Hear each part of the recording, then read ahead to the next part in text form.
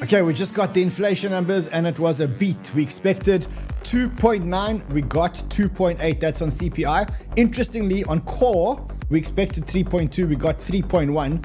Obviously, as we said, if that happened, the markets would love that. And that's exactly what's happening on the markets right now. Let's look at Bitcoin first, up to 83,000. We're almost at 84,000 at one point, or we were just above 84,000. The NASDAQ likes this even more, up 1.39%. I'm going to show you an indicator today on the NASDAQ that says that for now, the market pain in the NASDAQ may actually be over for a while. And that may give us more of a relief bounce. So let me show you that indicator today. We're going to talk about the inflation numbers. And I also want to talk about another inflation proposal which affects Solana. I really want to speak about this proposal because I think that the market is not seeing something that is very, very, very bullish for Solana. So the show today is all about inflation and how inflation may actually pump our bags. If you like that? Subscribe to the channel. Let's get going, guys.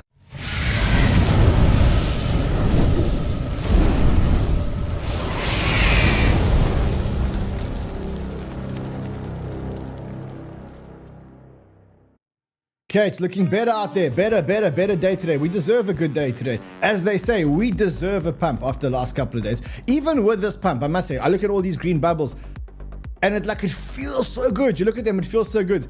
But then you actually click on the prices. Like, I remember buying Beam at like 27 cents and I clicked on the price today, seeing it's one of the biggest bubbles, like 6 cents. 6 cents. I mean, it's just like go through the yearly chart. I mean, it was at 34 cents at one point. So even with all these pumps, we're still nowhere near where we need to be. But you know what? We will take the pump. We'll take a pump. We'll never, ever say no to a pump. Listen, welcome. Nice to see you guys on a nice green inflation pump day. I think for now, we actually, we deserve this pump. And I see everybody here in the chat. I see Dave Flowers. It says better. I see Carlo says, what's up with Ronan? What's up with Ronan? I don't know. Is something up with Ronan? Let's have a look here. I want to speak about Ronan. Actually, I like Ronan. Let's have a look here. Let's see. It's R-O-N-I-N, right? Oh, there we go. Ronan up 14%. What's wrong with up with Ronan? The price is up with Ronan, as is the price with the cash. Villa Pyramid sending us hearts. Thank you, sir. DJ X says smash your likes. I agree with DJ X. I agree. Dan Mario says, run, make it all green. You know, the making it all green is not actually up to me. It's up to you.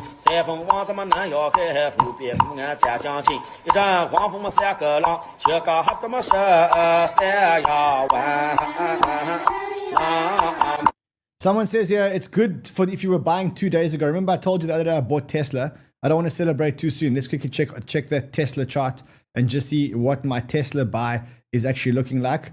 NASDAQ up 1.41%. Tesla looks like it's going to open at $250. Not bad. I bought it for 220 or something like that. So looking good. Anyway, let's get into the alpha of the show. Remember, if you haven't already smashed the like button, obliterate the like button. Let's look at what we actually got in the markets today.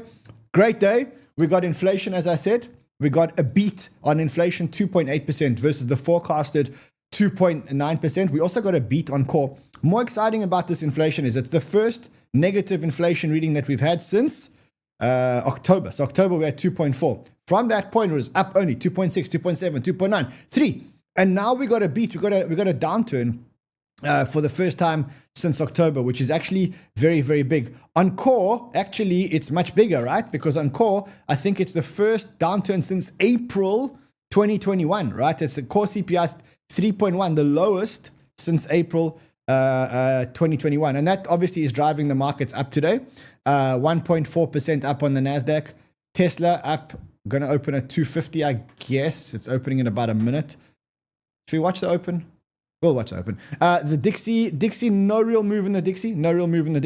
Bitcoin up to 83,000. It did touch 84,000. And of course, as I said to you, the markets are green, looking very, very, very good. I think the one entity that actually forecast a 2.8% inflation was actually Trueflation. So this is, here it is. You can see it over here.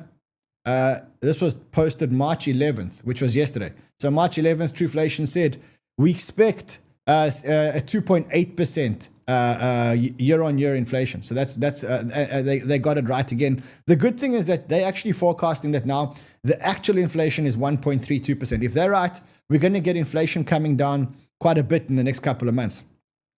I think what's also important is to have a look at what actually caused the inflation, right? So when you look at the inflation, the year-on-year inflation, what actually caused the inflation? And the two that you need to look for is the top ones. So plus 6% in transportation and plus 6% in gas utilities. Now, and then plus 4.2% in shelter, takeaway, food away from home, 3.7%, not takeaway, restaurants, medical, plus 3, overall CPI, plus 2.8. A lot of things actually starting to come down.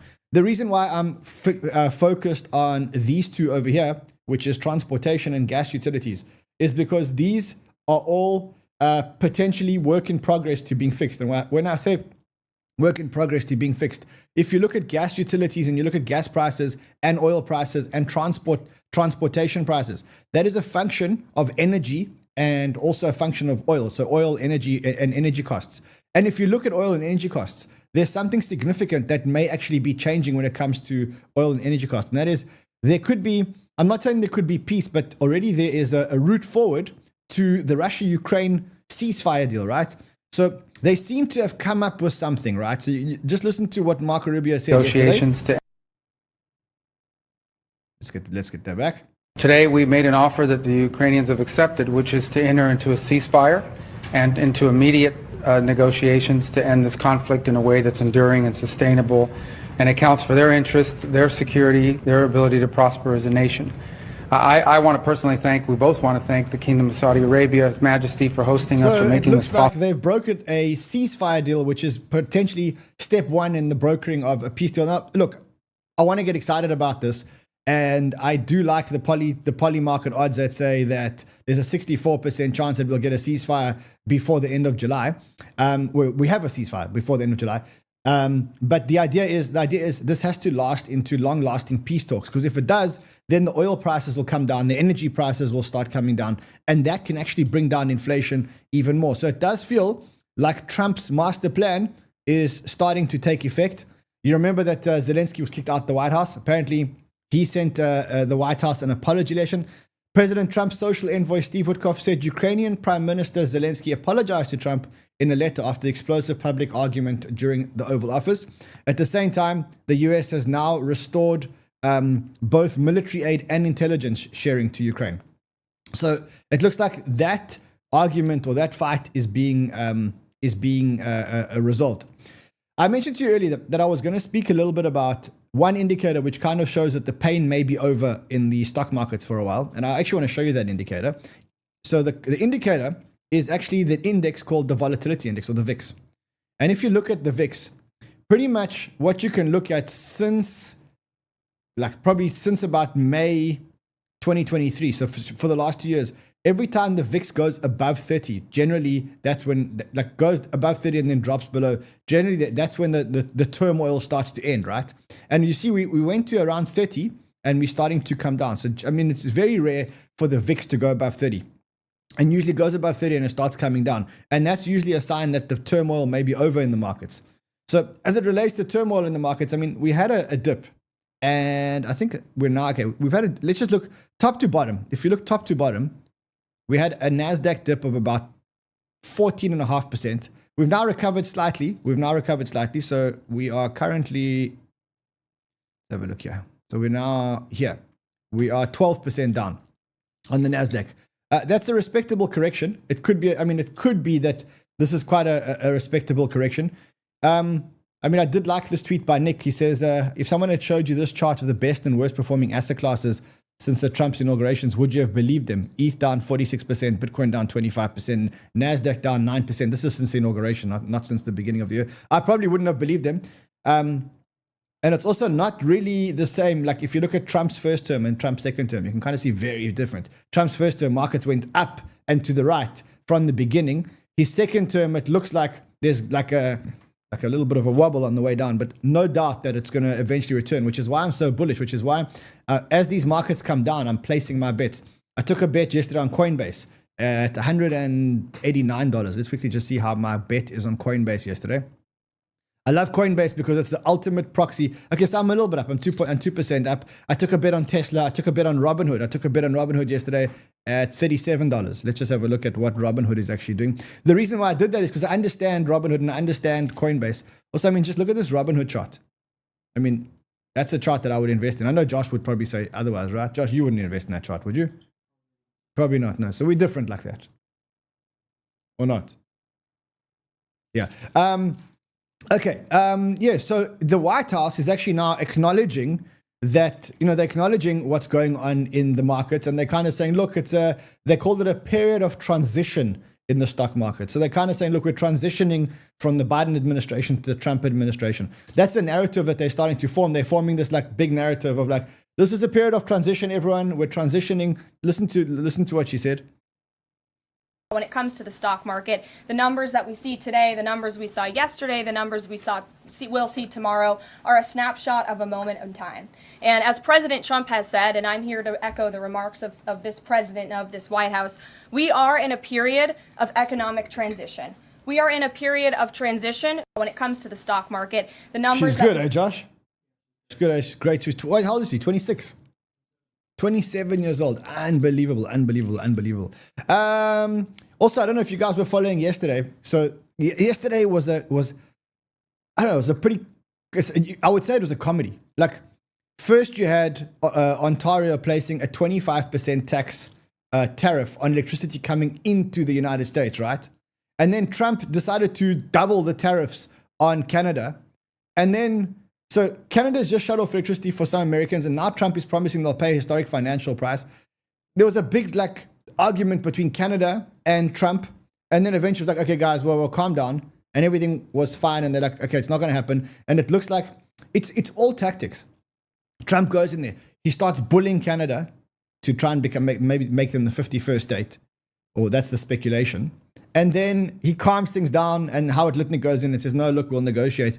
And I think what's starting to happen is the market's starting to catch on to Trump's antics of like, we'll bully you and then we'll negotiate with you. We'll bully you and then we'll negotiate with you. That's pretty much what's happening. And the market's now starting to price that in. They're not responding as aggressively every time Trump says something because they kind of know that he's going to reverse. And that's pretty much what's happening. So that is where we are in the markets. Let's have one more quick look at the markets before we actually talk about another type of inflation proposal. Bitcoin, 83,855. I'm more interested in the NASDAQ. NASDAQ up 1.5%, not bad. Tesla, Dixie down. Tesla is 250, 248, not bad. Very, very, very good, actually. All right, let's talk about a different type of inflation. I want to talk about an inflation. And the reason I want to talk about this inflation is because there is a proposal right now that's happening on Solana. And the proposal greatly reduces Solana inflation. Now, when you're getting the third or the second or third biggest, the most used protocol, one of the biggest protocols out there, and when there is a proposal that could potentially be passed, which reduces the inflation rate of the protocol, which means that there will be less tokens in circulation, I think it's quite a big deal. Now, you may look at this and go, okay, well, if it's such a big deal, then why is Solana not actually performing? So why is the market price of Solana not actually performing? And I think that this is where the disconnect is. I think the disconnect is to say, right now, the market pretty much is so depressed that no matter what you do or what you say about an altcoin, the market ain't going to respond. But when the market starts moving up again, then the market actually does start to respond to fundamentals. Right now, you can do whatever you want to whatever protocol. You can do upgrades, you can do burns, you can do whatever you want. The market ain't going to respond. Sentiment is shit, everything is shit. However, when the market turns again, I think this proposal actually has a lot of merit, right?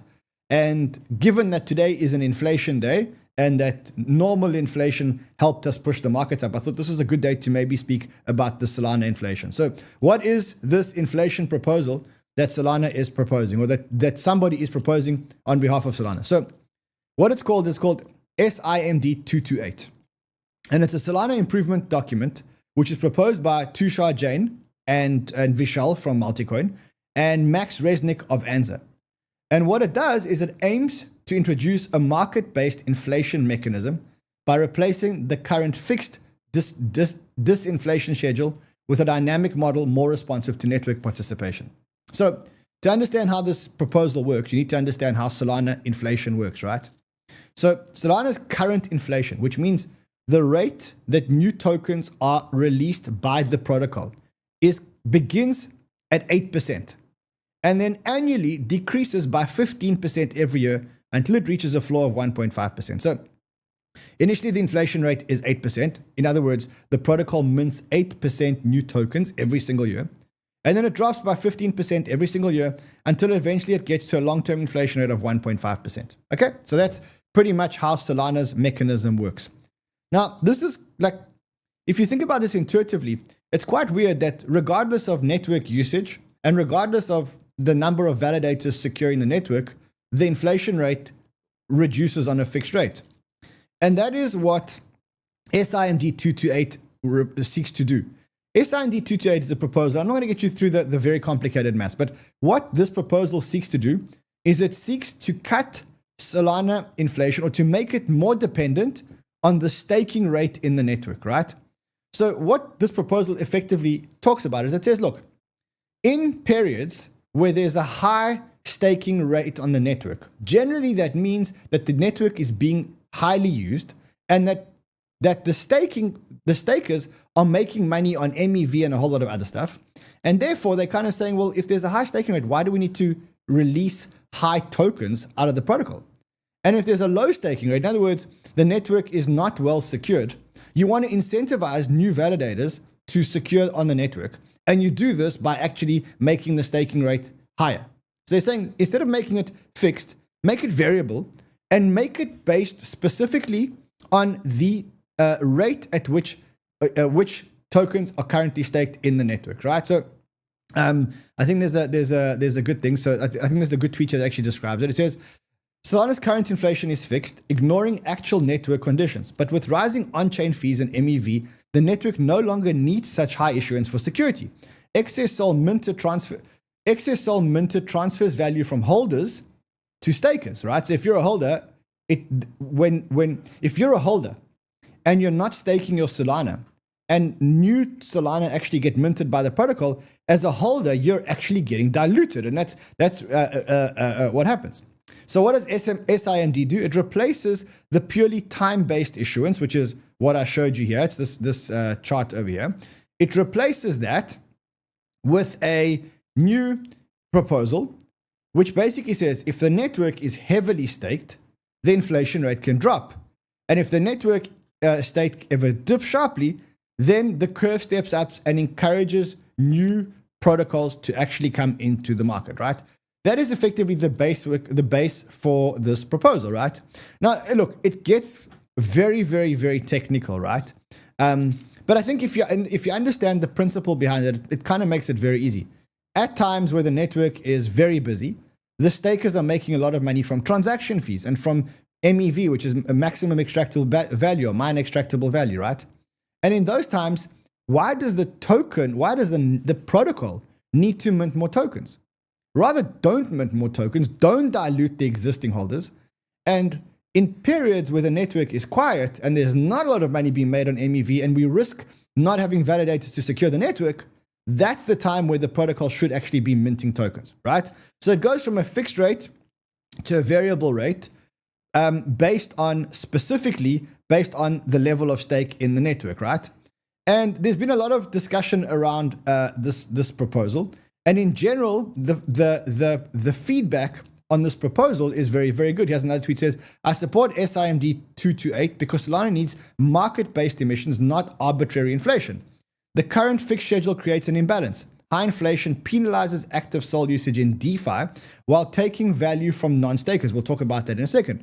A dynamic model that adjusts based on staking creates a better equilibrium, encouraging both network security and capital efficiency.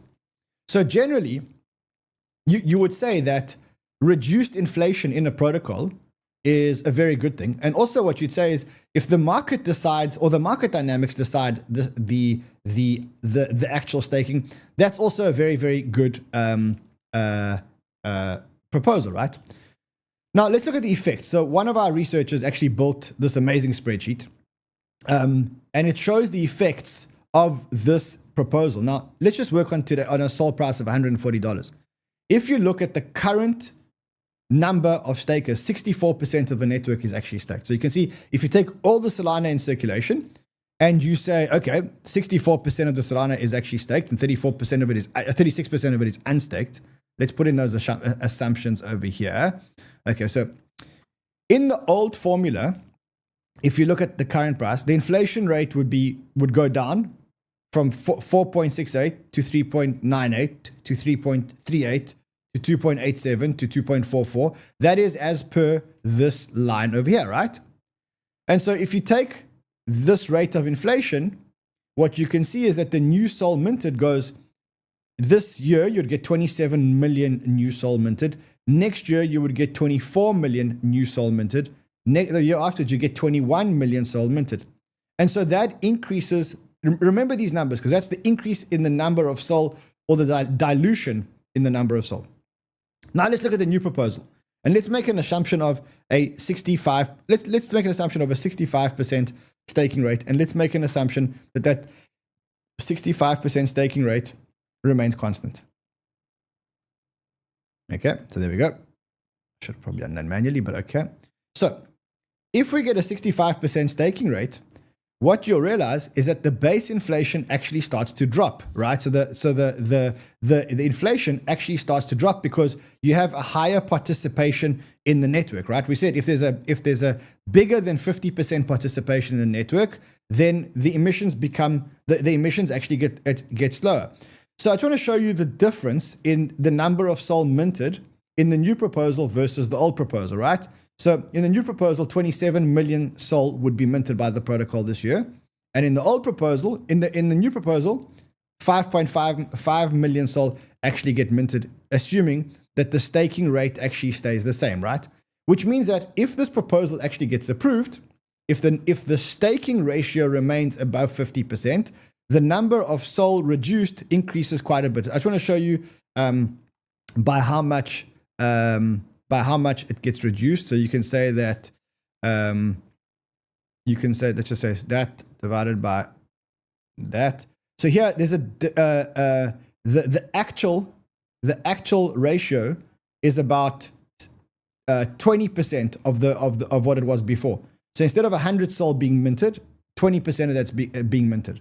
So it's a very, very, very significant effect on the number of SOL that actually go into circulation, which means less dilution of SOL, less tokens in circulation, and obviously a much tighter supply. Now, that is effectively the model, and it's very, very, very close to actually getting passed, right? So already 42.9% of the vote has happened. They only needed a quorum of 33% of the vote. They've already got 42.9%. And currently, yes is the overwhelming majority. So far, the majority of people who have actually voted yes to this proposal. So it does look like this proposal may actually get passed, right? So now the question is, well, what should that do to the SOL price? Now, of course, if there's less tokens in circulation, and a lot less tokens in circulation with a lot less aggressive tokens coming into circulation, then effectively the price should actually go up, right? And that should be very, very, very good for Solana. But there are a couple. So let's look at the current arguments for and the current arguments against, because I think we need to understand both sides. So obviously the current arguments for, well, it's a market-based dynamic. The market's actually the one that decides how much the staking is. Solana also doesn't overpay for security, which is the biggest thing. So when we say don't overpay for security, if as a validator, you're making so much money on transaction fees and MEV, then why should you overpay with inflation as well? Also, remember that the yield you don't dilute holders versus stakers, which is a very important thing, right? Currently, if there's a high inflation rate and you're just a holder of SOL and you're not staking your SOL, you're getting diluted. Whereas now you're going to get less diluted because there's going to be less of an inflation rate. So those are the major arguments for. The biggest argument against, right? The biggest argument against is that the smaller validators, because the smaller validators will pretty much go out of business, right? That's the big problem here, is that the Solana pushes validators to lean more heavily on fees, and MEV means that they'll be more reliant on network demand. That's exactly what we said. In a crypto winter, reduced on-chain activity and lower inflation could drive validator rewards below operating costs, and that may drive some validators away, right? So that what they're saying is the smaller validators will actually get they're scared that they'll actually go out of business They say they'll actually go out of business. So this is a summary. For yes, maturing network stability, move away from inflation to fee-based revenue. Basically saying, look, you can subsidize a network in the beginning of its life, but towards the end of its life, or not towards the end of life, but as it becomes more mature, why should you subsidize the network as much? It doesn't make sense, right? Macro efficiency, curb issuance and sell pressure. Timing, okay, there's a timing, and long-term Solana keeps competitive and secure. Minor concerns, smaller validator viability and stake distribution, volatile fee revenue in bear markets, and potential need for more gradual phase out. So generally, it's very, very, very good. And specifically, I think that the biggest and most, the biggest winner of this will actually be Solana DeFi. And the reason why I say Solana DeFi may be the biggest winner is because if validators aren't automatically earning rewards in the staking rewards, then they may withdraw their Solana and actually start looking for other yield, which will start building a big Solana DeFi ecosystem, which is exactly what Solana actually needs. So that's another thing which may actually happen. It says SIMD 228 would have important implications for Solana DeFi. Much unstaked Solana will try and find a new home in DeFi. Right now, less than 1% of Sol opts for DeFi yields over staking yields because the staking yields are so high and so easy to actually get. And so this may actually be a massive boost for Solana DeFi. So that is effectively the proposal, and it looks like the proposal will actually pass. And I think that the market's not actually funding or not actually discounting that this proposal may actually be passed. There are other protocols in the Solana network which may gain and which may lose. At first glance, you would probably say that 𝗔𝗿, which is the biggest Solana validator, would actually be the biggest loser here because their rewards would actually be cut. But actually, when you analyze it, that's not the case. And I'll show you why. Because 𝗔𝗿 is, of course, the biggest staked SOL company out there. But remember that 𝗔𝗿 actually makes money out of MEV and staking rewards. And actually, when you analyze the numbers, you realize that when the market's going well, they make so much more money from the MEV that it compensates for the staking rewards. And so net, what would actually happen to 𝗔𝗿 is 𝗔𝗿 may actually land up winning here. So I think in general, very, very, very good for Solana. I think some more good news for Solana, I think it's good news at least, is that you've got Raydium, which we spoke about a while back. Remember, everyone was very, very, very scared of Raydium because Pump.Fund launched their own DEX.